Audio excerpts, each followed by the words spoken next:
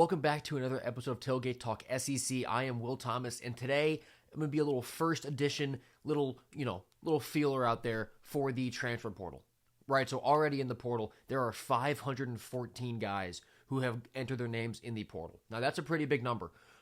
Number's probably going to quadruple, right, before January 2nd when that opens up fully, and truthfully after that. The portal is an absolute whirlwind of things that it's just about impossible to keep up with. So what I want to do here is I'm not really going to go over the names from SEC schools who are leaving.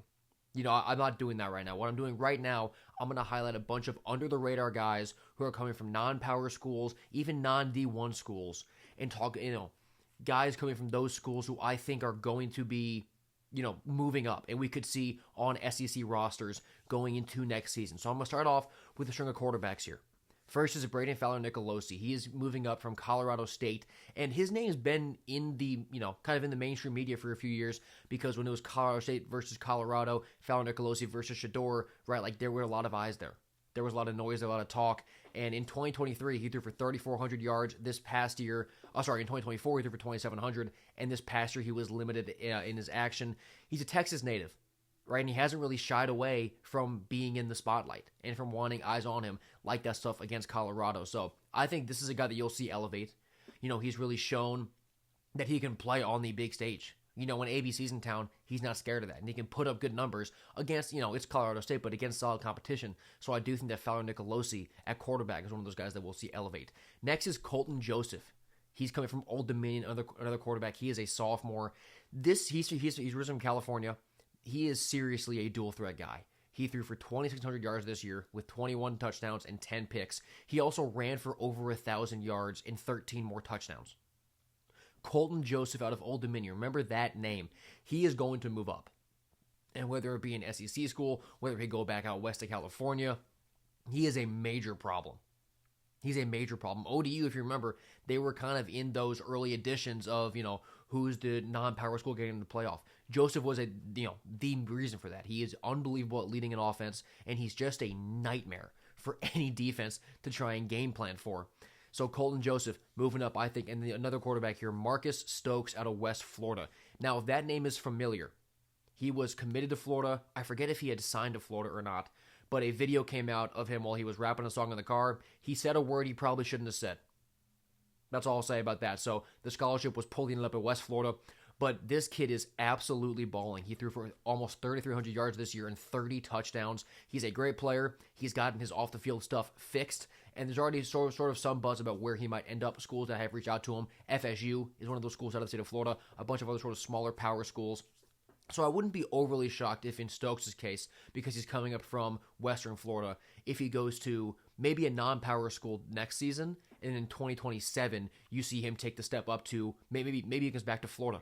Who knows? Maybe he goes to a bit more power school that could be in the playoffs. So Marcus Stokes, I think you'll hear his name next season, whether it be with like a MAC school or something like that, or maybe in a school in the American. And then in 2 years, I think you'll see Stokes come back up into a power school and just keep slinging the ball around like we know he can do.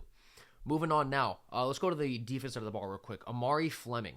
This guy is actually already committed. So he's an edge rusher who's coming from Allen University. He is committed to Texas Tech already, coming off the edge. He had 13.5 sacks this past year, 18 tackles for loss, and 4 forced fumbles. So Texas Tech's defensive line this year, David Bailey, Romello Height, all those guys, unbelievable contributors. They're all seniors. We didn't really know where Tech would go heading in towards next season. Grabbing Fleming from Allen University is massive. This guy he profiles as another David Bailey.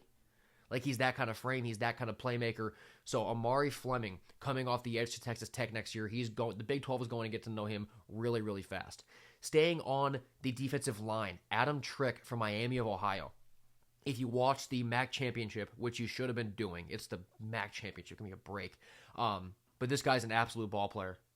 I mean, he is such a menace coming off the edge, one of the best defenders in the MAC. 6'4", 242 in this past year. He totaled 59 tackles, 8.5 sacks, 3 forced fumbles, also had a pick. Adam Trick. I didn't mean to rhyme that there, but that's just how it went. Adam Trick is going to be a big-time name to watch. He is going to elevate this year to a power school, whether it's SEC, whether it's in the Big Ten up in the Ohio region. We'll see where that goes. Then how about a guy in the secondary here? Out of FIU, one of the best names, Mr. Clark. His first name is Mr. First name is Mr. Clark, a defensive back from FIU. He was in the top third in the country in cover grade per PFF. He had 3 picks this past year, a forced fumble, and 59 tackles. He is a local Florida kid who went to FIU, so it wouldn't shock me if you see him move up to one of the power schools in the state, whether that be FSU, Florida, or Miami. Maybe UCF's in the mix if he's not quite getting those big looks. But Mr. Clark, one of the better cover corners of the group of 5 schools, group of 6 schools. So I think he'll be a name that you'll see probably at a bigger Florida school. I'd be surprised if he leaves the state.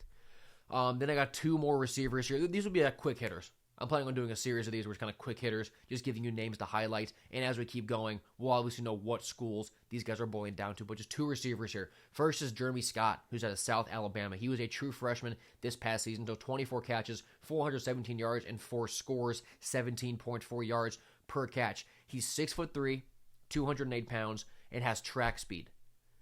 It reminds me of Nick Harbor. Right, he's a little bit smaller than him, but he's a true freshman. He can get bigger, and he can get faster. So I think Jeremy Scott could be this alien-like profile athletically, where if he moves up, maybe 1 step this year and then another step in 2 years, you can see this guy be a nightmare for defenses. I do think he profiles sort of as a mini Nick Harbor.